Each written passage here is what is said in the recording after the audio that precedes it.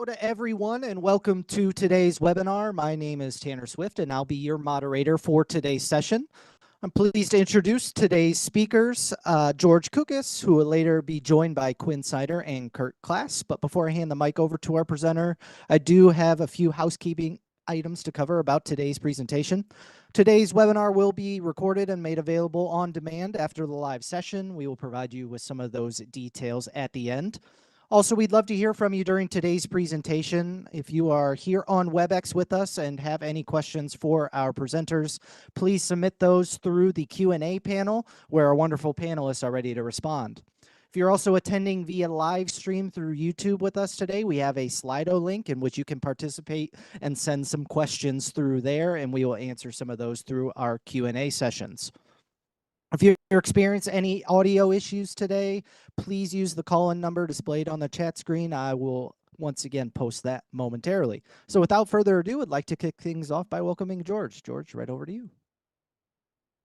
Thank you very much, Tanner. Thank you very much. Hi guys, my name is George Kukis. Tanner, we need to exercise a little bit on my last name. No worries. My apologies. No worries, buddy. No worries. So guys, thank you very much for joining this specific session. Our goal today is to show you the updates that we've done on the DevNet track. These specific updates for the associate and professional level exams will be live on the 22nd of January, so in 4 days' time. We want to give you the ins and outs, what's changing, and what you expect to see on the exam.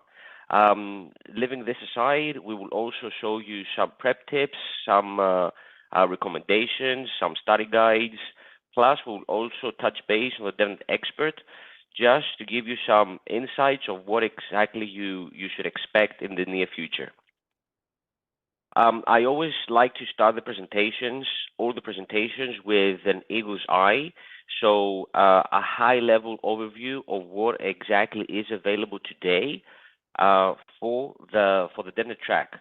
So as you can see over here, we do have the DevNet Associate, which covers the associate level knowledge and skills that somebody needs to have on the DevNet space. We have the DevNet Core, which contains the core skills and knowledge that somebody needs to have in the DevNet space. And we continue with concentrations, which are deep dives in specific technologies. As you can see over here, we also have enterprise automation, SP automation, collaboration automation, security automation. These exams are specific to different tracks like enterprise and security, but you can use the double dipping effect where you can take and complete one of those exams, and with the help of the DevNet Core, if you complete the DevNet Core, you can become a DevNet professional. We will not focus on the automation exams. We're going to focus on the DevNet exams. So in this session, we're going to cover the changes and updates for DevNet Associate, Core, and DevOps, plus the DevNet Expert. So in Cisco, we understand that technology is moving and it's moving super fast. So for this specific reason, instead of keeping our exams and the blueprints out with no overseeing and with no refresh, the thing we actually have been committed to do is to sit down on a yearly basis and review all our tracks. As you can see over here from the roadmap, every quarter we are revising a specific track, and these changes and revisions are made public the next Q and live the following Q. The thing I want to reassure you is that these specific changes are not made by us and us alone. We do take feeds from subject matter experts, from the BU, from architects, from TMEs, from a lot of different factors in order to make sure that the blueprints not only include the latest technologies, but at the same time are valid and accurate when it comes to the market. Now, if we focus a little bit more on the DevNet, we can see that on Q4, we sit down and with a lot of different stakeholders review the blueprints, the DevNet blueprints. In Q1, we make these specific changes public, and in Q2, we change our exams, and you will see the specific changes on the exams. Now, one thing I want to mention is that there's no overlapping. So back in the days, we used to allow, if I'm not mistaken, 3 to 6 months where the candidates would be able to take the existing exams, the existing blueprint, or take an exam with a new blueprint. This is not the case anymore. We do announce the changes way in advance, and there is a specific cutoff date where the new exams, the new blueprint is tested, and the old blueprint is not tested. Now, please pay attention on the revision number. We have implemented a revision number on our blueprints, so with the blink of an eye, you can understand if the changes have a big effect or a minimum effect. If this revision is a major revision or a minor revision. So if you see the version to change from 1 to 2 or from 2 to 3, this is considered a major revision where more than 20% of the blueprint has been changed. We expect these specific major revisions to happen every 3 to 5 years, but again, everything depends on how the technology is moving. If, for example, we do have something amazing within the technology space, this revision or this major revision may happen more frequent than 3 years or later than 5 years. The thing we try to do in order not to disturb you from your studies is to make a lot of minor revisions. So on a yearly basis, following the schedule that I showed you above in the previous slide,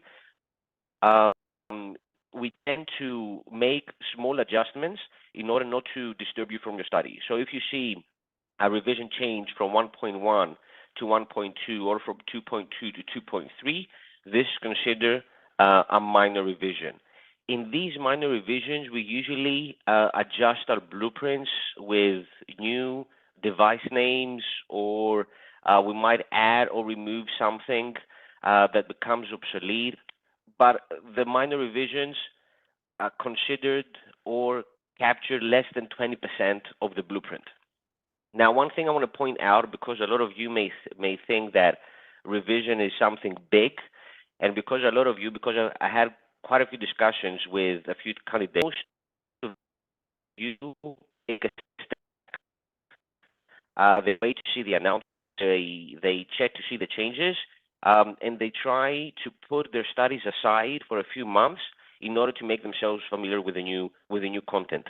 The thing I want to say is, when it comes to minor revisions, you shouldn't do that. And why I say you should do that?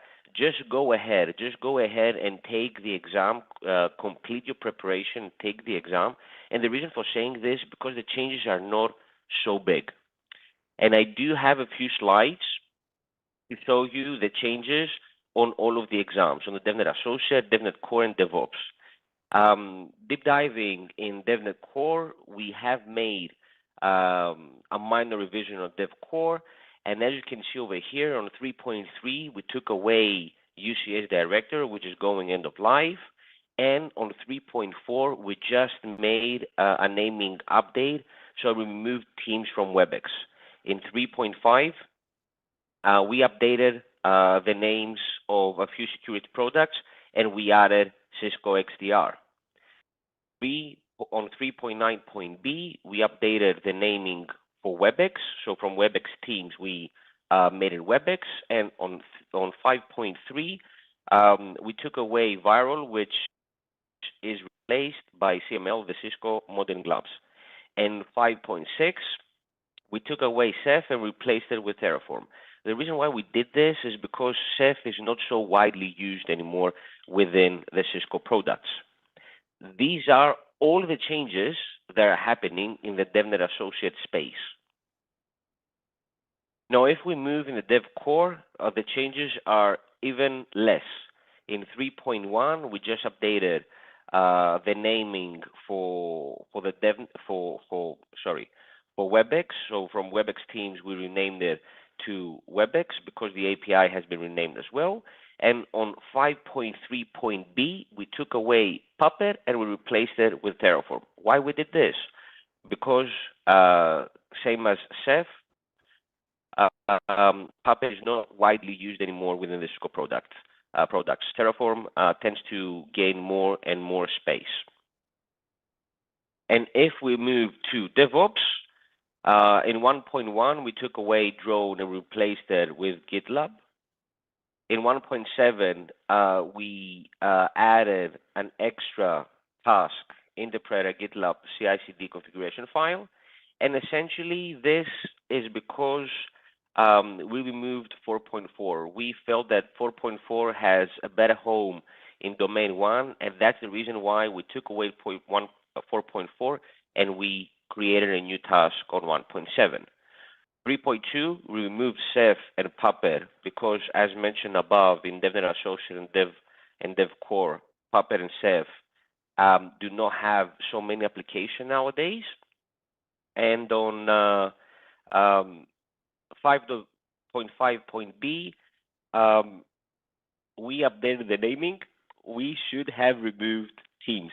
Sorry for that. This is a typo. So on 5.5.b, we just updated the naming of the product.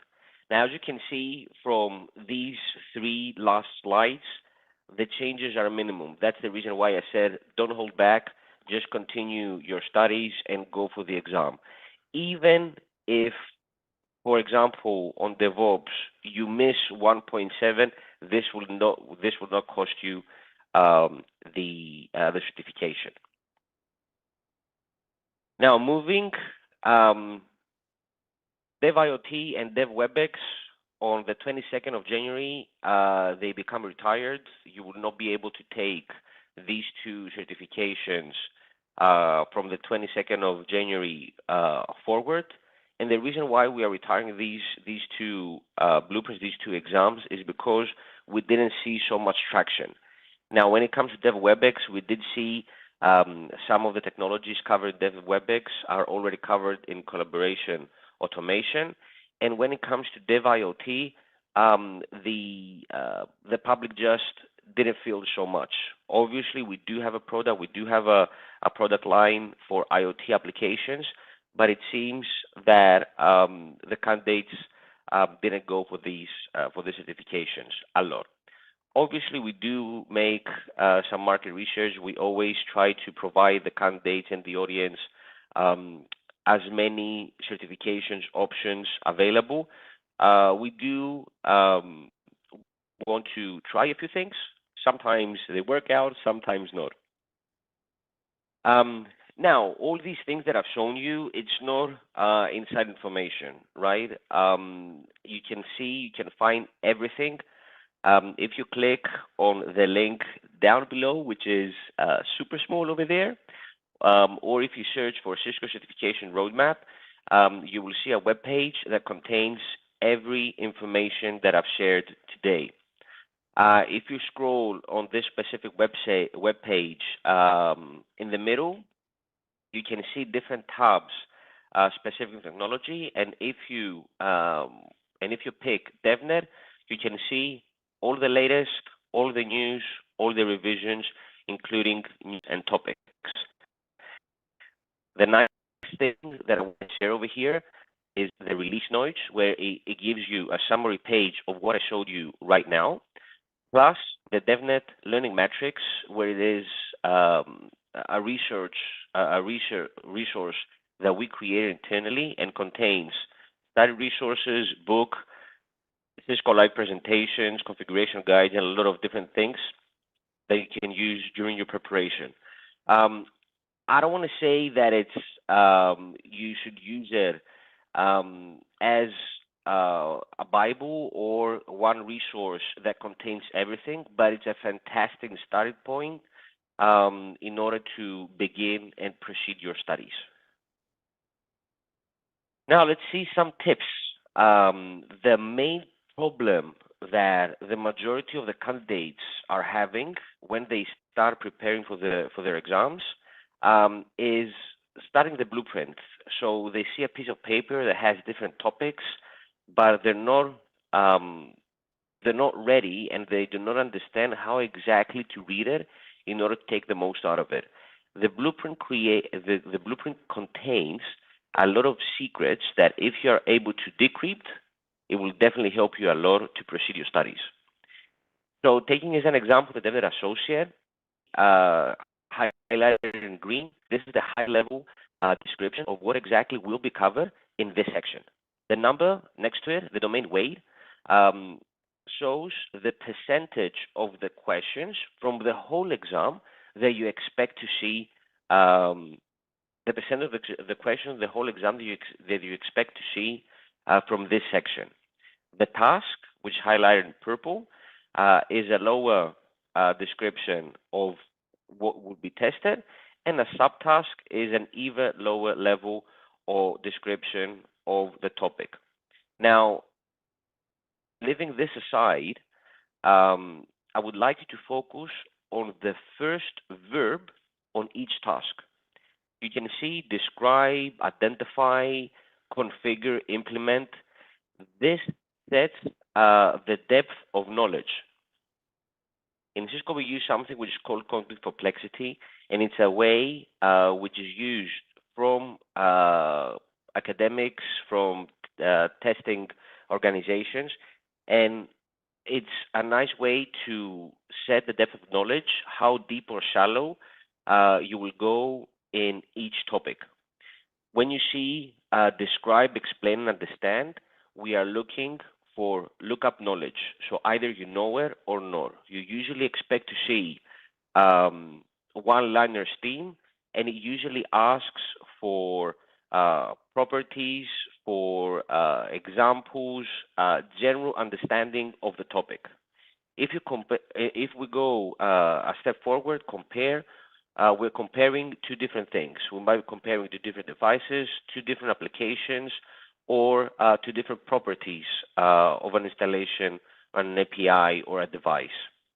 If we go a step further, construct, utilize, apply, interpret, configure, and implement, you will need to use your hands-on knowledge in order to be able to answer these questions. You'll be given a scenario and you'll be asked how exactly you need to configure a specific device, an API, or complete a piece of code. Troubleshoot, identify, and diagnose. We go even deeper in terms of knowledge. Something is broken and we're looking for a solution. Something is broken and we try to answer or check what is the problem and identify based on the solution and the variables. We ask the candidates to propose the best approach to a specific problem. Now, when it goes to design, you will present it with a full-blown scenario with a lot of variables, with a lot of moving parts, and by analyzing all the different properties, you'll be able to pick the appropriate solution. Now, what type of questions you expect to see on these exams, on the associate and professional exams? First of all, multiple choice.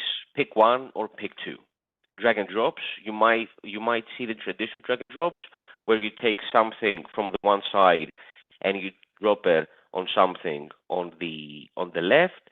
It might be a group, or it might be independent, one-to-one. And we are also working on performance-based items. We're not there yet. I don't want to frighten you, but this is something that we hope it will come soon. Do you have any questions? Yeah, we got one or two would like to get to here real quick, George, and this is just a good reminder for all of our attendees. If you do have a question for George or either of our presenters today, if you're here with us on WebEx, please use the Q&A panel to send those. If you're with us on the live stream with YouTube, we have a Slido link in which you can ask some questions as well. This question been holding on from Nathan. Will the Meraki API v0, which is end of life, still be in the exam? Good question. So we try to take out everything which is end of life. We always try to replace it with not always the latest, but something which is valid and something which is tested. I expect it to be out. I do not expect anything which is end of life to remain over there.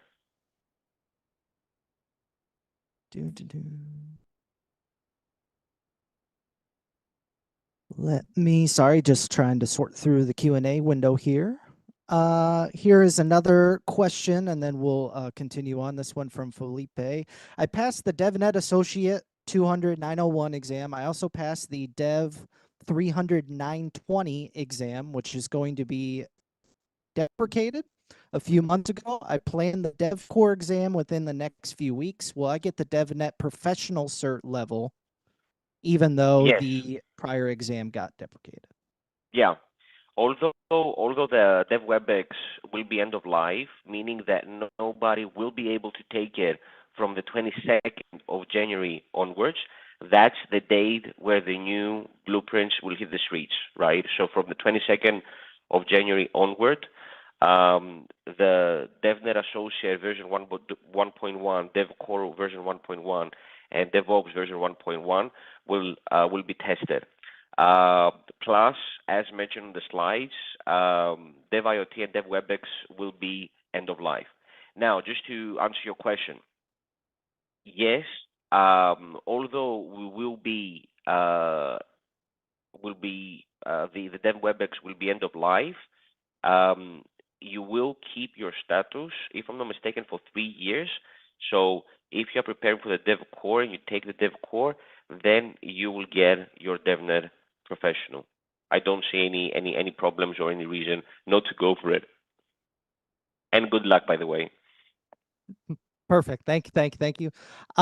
For now, that'll do it with some questions. Again, we'll pick back up some Q&A here at the end, save some plenty of time to answer your questions as they continue to filter in. So George, right back to you. Awesome. Guys, thank you very, very much for the question. And thank you very much for your time. In case you've got more questions during the session or in the end of the session, please forward the questions to Tanner or through the chat or through Slido, and we can answer all of them in the end. Let me pass the ball to my good friend and SME, subject matter expert, Quinn. Quinn, thank you very much for being here, and thank you very much for all the support.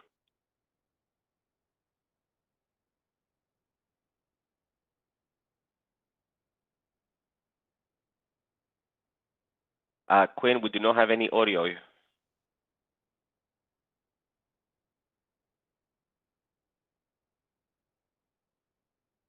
Tanner, do you have another question until Quinn fixes his audio?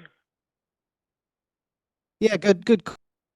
We can get Quinn to jump in here just on some audio issues. Sorry about that. Let's answer another question. Oh, can now, Quinn. Here he is. Perfect. Yes, when we switched over from practice to real mode, it tended to reset my audio settings, so I apologize. But thank you, George, for that handoff, and sorry for the brief technical interruption. I do want to spend a few minutes talking about some of the study resources that are available to kind of bolster your knowledge and awareness of the topics within the exams that George had mentioned. So to start off, I work within the Learning in Cisco organization, and we do have this fancy product called Cisco U that has a lot of learning that's available to supplement both your Dev Associate as well as your Dev Core and DevOps learning journeys. Those learning paths are available through Essentials and All Access, depending on what level of Cisco U subscription that you have. That will cover end-to-end all of the various topics that are included in that exam blueprint that George mentioned earlier. So there will be some levels of topics that are more of the informational understanding learning, but then there will also be more of the hands-on when George talked about the cognitive learning or the cognitive assessment with the verbs, doing the design, the troubleshooting, the configuration. Those lablets and various hands-on labs will be built into those learning paths to help you further your learning, not just from the theoretical and the rote memorization and reading, but also with the hands-on. Because I do want to emphasize that whether it's Dev Associate, Dev Professional, or DevOps, these are very much a practitioner's level exams. Yes, it is possible for you to just read about the material and pass. It's not recommended. That hands-on experience and knowledge that you would gain by going through those labs, going through those learning paths, and actually implementing the various technologies and using them in a way that a network automation professional would are highly recommended. In addition to the actual Cisco U hands-on pieces that we have, I would be also remiss if we didn't talk about the official cert guide. So there is an official certification guide, an OCG Cisco Press book around the DevNet Associate, the 20901, of which a new edition is coming, as well as the DevNet Professional, the Dev Core book that selfish plug I was a contributing author for. So both of those are very solid resources to bolster and augment your learning. So you're doing the hands-on, but you can also benefit from that the reading and marking and making of notes and being able to reference different parts and pieces that may be covered in different levels of depth in other areas. So both of those are solid resources in which to gain some experience and knowledge with. And as a bonus to this, you can save 40% at Cisco Press with that code that's on the screen. So if you're curious about getting the book, whether you're looking at the DevNet Associate or DevNet Professional, both of those books would be solid reading as well.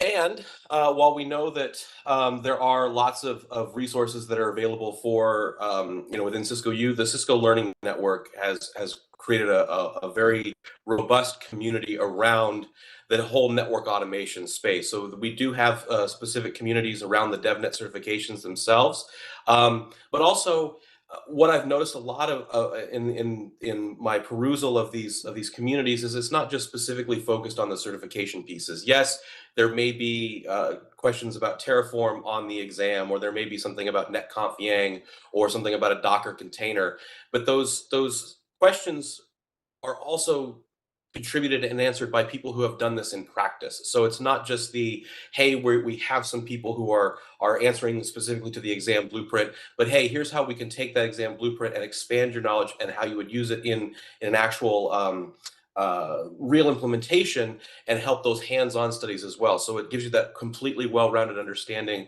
of how to actually use these technologies in a practical setting, not just in a theoretical setting or just to satisfy the lab requirements. So those communities are also incredible resources that you can use to ask questions, answer questions. It's one of those things where if you understand something, but you can't explain it back to someone clearly enough, you probably need a little bit more help. So being able to answer and contribute back to that community, if you do have that understanding, is a great way to give back and again, further your knowledge as well. And I believe that takes us to the DevNet expert, and I will pass it over to my friend, Kurt. Thank you, Quinn. So yeah, thank you all for joining. Good evening, good morning, wherever you may be. So for the DevNet expert, you might expect some changes as well, but as you can see from this slide, the certification roadmap, as George already showed, we follow the same cadence as with the DevNet Associate and Professional. But for the expert labs, there is kind of a difference in when we release or announce or publish the new blueprint. It all depends on how big the changes are. And as you have seen from George's slides, the changes for associate and professional weren't that big. But for DevNet expert, that could be different. It could not be different. It depends really on what our SMEs, what input that we get. So as you can see on this slide, the expert level certifications will all align with associated technology tracks. But changes to this expert level certification might not occur annually due to their complexity and longer time period. So as you will probably appreciate, is that in a lab exam, in a real expert environment, there's more than only changing the topic. We also need to look at software upgrades, hardware upgrades. So that's why you probably haven't seen a change yet, but these changes can happen at any time. They can still come. It really depends on how much time we need to figure that all out. So definitely keep an eye on that certification roadmap website.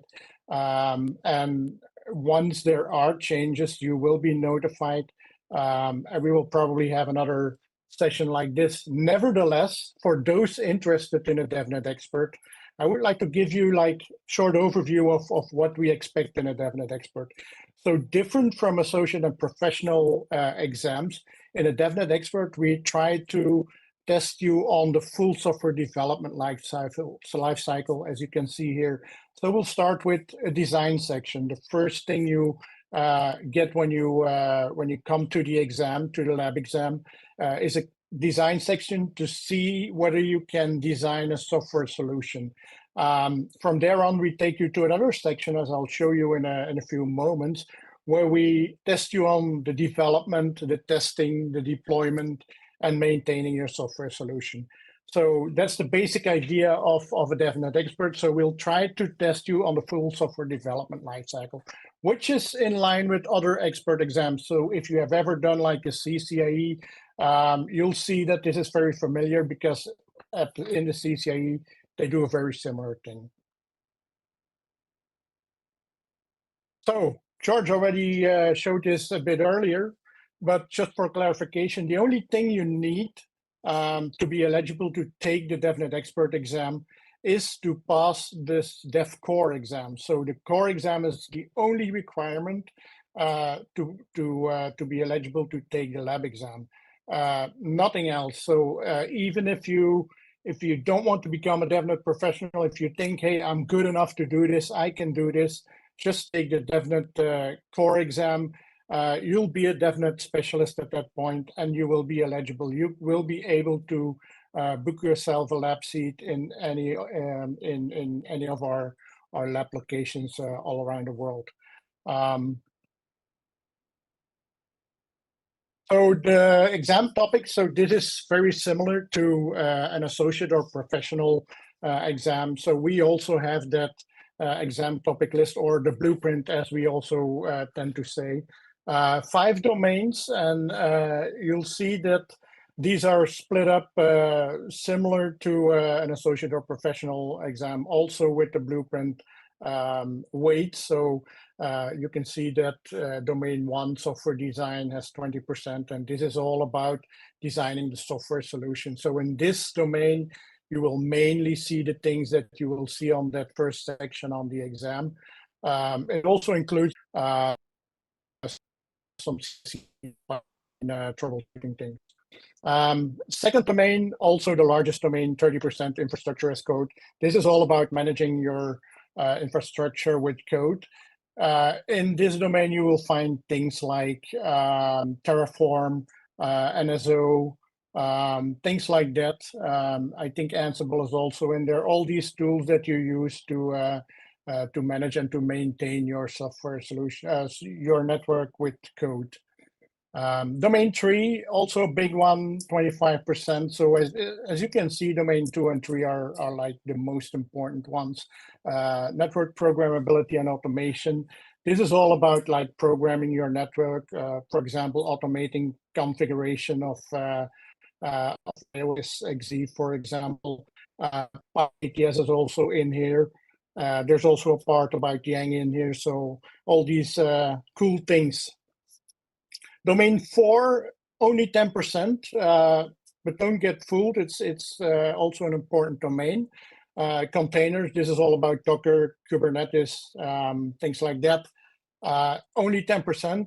Many people don't pay a lot of attention to it, but sometimes I always try to remind people of it's only 10%, so it's probably a little smaller domain. So if you study it really well, these are 10 easy points out of 100. So why not study for it and prepare for it?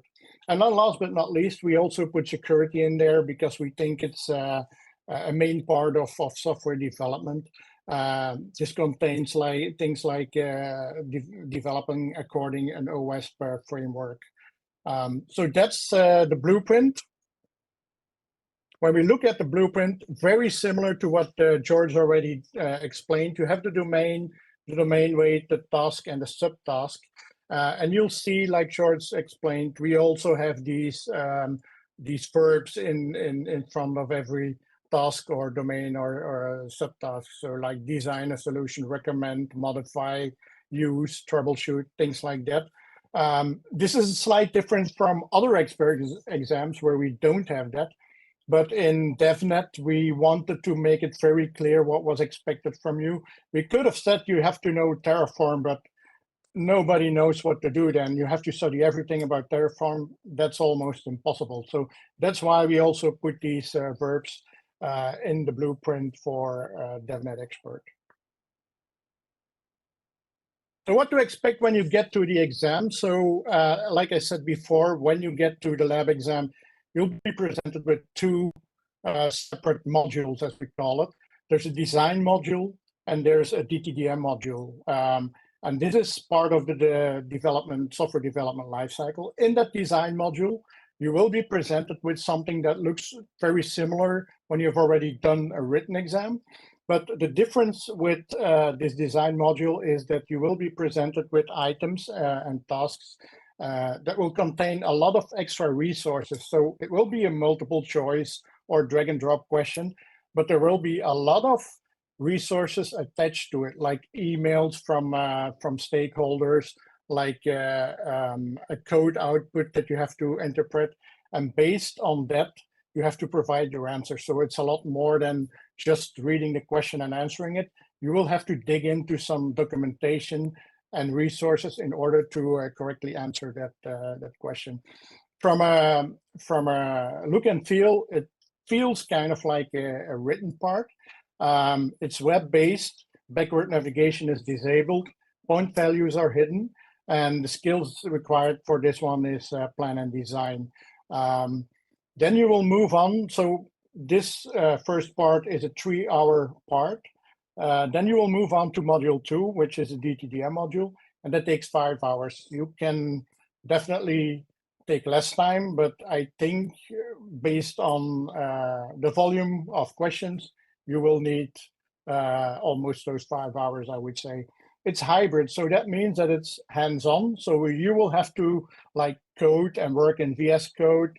We have a candidate workstation, by the way, that you can download for this. And that will give you an idea of what the exam looks like or what the environment looks like.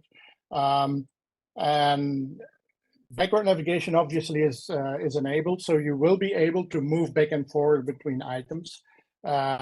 And you can even say, like, I first want to do item 5, 6, and 7, and then I will go back to 1 and 2. And it all depends on how you build your lab strategy. Point values are shown, so you will see how many points you can earn or lose when you complete a task. So how to pass an exam, and this is for all expert exams. On module 1 and module 2, we have a cut score, so a passing score. Now, the overall passing score is the aggregate of the 2 passing scores. Now, if you are not confident or you're not really sure you passed the design part and you think you have almost enough, we also have a min score. Same for module 2, we have a min score. If you get to that min score, you have a chance of passing. What does this mean for you is that if you get the min score, for example, for the design part, and you really, really high points on a GTDM part, module 2, you can still pass the exam. So we will allow you to make some mistakes on one of the 2 modules, but still be able to pass the exam. As you can see there, module 1 is about 37% of the points, and module 2 is 63. So you can compensate for a slightly weaker performance in the one module, by scoring higher than the pass score in the other module. So by just scoring two times the min score, you will definitely not pass. If you have a min score on one of the modules, but you have a really high score on the other module, you will still pass. So that's basically it, what I wanted to show you and share you from a DevNet expert perspective. Definitely keep an eye on the certification roadmap. And with this, I give it back to Tanner. Appreciate you, Kurt, and Quinn also as well chiming in there on some awesome study resource opportunities. We'll share some of those links and resources with you as well in the chat screen, and we will also have a post-webinar discussion thread available on the Cisco Learning Network to where you can ask any follow-up questions, and we'll provide some resources there and such for you on today's session. So we are to our Q&A portion of this session, and again, just as a friendly reminder, if you do have any questions for anyone on our panel, please use the Q&A panel on WebEx or use the Slido link to provide your question. Do have a couple questions here for you, and George, I'm going to start with you, and Kurt or Quinn, feel free to chime in as well. There were a couple questions that came through a few slides ago where we touched on the performance-based side of things in terms of your exam, and somebody or a couple people wanted to, if you could, possibly elaborate on the performance-based testing side of things. Good question, guys, but this is not ready yet. I try to show you some, a sneak peek on different things that we are working on. One of our goals within the learning and certifications and within the exams, we try to implement as much new things as possible. We understand that, these certifications are practical certifications, and we try to focus more on the actual stuff instead of the theory. Obviously, you need to have some background. You need to understand the basics in order to be able to go above and increase your knowledge. Now, one of the things that we actually try to do, we're not there yet.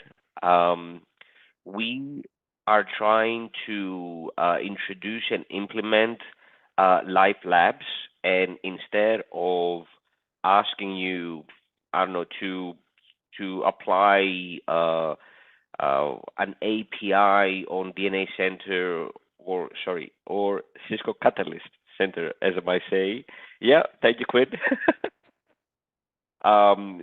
Instead of asking you to do it from a theoretical standpoint or from a multiple choice, pick the appropriate syntax or provide you with, I don't know, a code snippet and some things to be missing, and to ask you to drag and drop the appropriate statements or commands or configuration.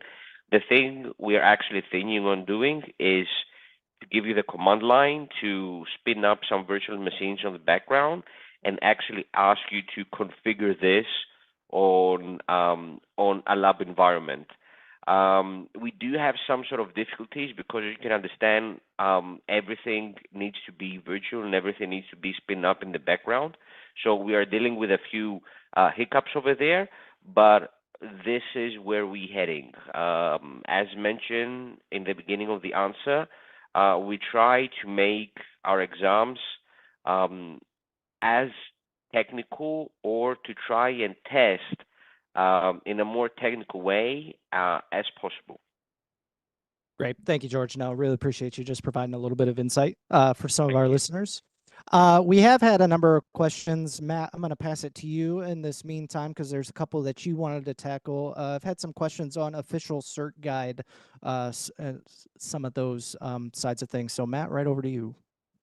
Yeah, George, just the questions about when will the study guides be updated from Cisco Press, right? And obviously, since they're actually owned and operated by Pearson VUE, we can't manage their publication, their update schedule. But would you talk again about just kind of leveraging the release notes and some of the resources to fill in those gaps while we wait for the book updates? Sure. So as you said, we do not have any control over the book. the thing we are pushing is to have the edits to the book or the additions to the book to incorporate the blueprint changes. The thing I want to say again and again, the thing I want to stress is, guys, if you've got the existing version of the book, if you have the existing training, or if you are preparing for the version 1.0 and you are frightened to go for the 1.1, don't be, just go for it. As I showed you, the changes are super minimum, and I can guarantee you, if you are well prepared for the version 1.0, you will not fail on 1.1 because of the changes. Now, in terms of the book, we do not have any control on when these additions will be published. We are doing everything in our powers in order to help push and provide support in order for the changes and the updates to go out as soon as possible. I do not have a specific date, and for this specific reason, I don't want to share a date because I don't want to lie. Now, the thing you can actually do is, if you go to Tanner, can we please go on slide 18? Is it 18? Yeah, let's dial back here real quick. No, it's 10. Slide 10. Back to 10. You got it. Thank you. Yep. So until the new book and the release of the training are live, Cisco has a lot of resources in order to approach your studies. First and foremost, the thing I would definitely do is download the blueprint and mark the verbs and try and understand the verbs. If you see a describe, or if you see an understand or an explain, as mentioned before, these are straight read-up knowledge. What is the HTTP? What is a switch? What is a router? Or in case you use this specific API, what would be the result? So mark the verbs and try and gather them and group them into different groups regarding the difficulty. And from there on, you can find configuration guides or some resources from books, or as you can see over here, the learning metrics, as you can see on your right-hand side, which contains a list which is specific to task. You will see for every single task, you will see resources from Cisco, free resources, presentations, study guides, configuration guides. We also recommend the book, although the book is paid, but we actually put it over there for people in case they have it. You can find a lot of resources, which is task by task. We do not just give you a few links and we say, okay, just go read them. We try to group them and in order to help you with your studies. So you can find, you can use Cisco Live presentations where SMEs and people within the industry are going through specific topics. You can go through, as mentioned before, configuration guides. There are a lot of webinars and a lot of videos that people like Quinn, Kareem, and other people within the industry and within DevNet have actually presented topics that are covered within the exam. Cisco Live, the groups you can join a group within Learning at Cisco and connect with people that go through exactly the same stress as you, and each other you can help and exchange resources in order to prepare for your studies. The resources are limitless. The thing I would say, pick a topic, go task by task, and search through the Cisco domain, and you will find unlimited resources. But a good starting point, just to summarize, is the learning metrics, is the Cisco Learning Network, and configuration guides that you can find under Cisco. I would start with these three and then proceed and see where it can land.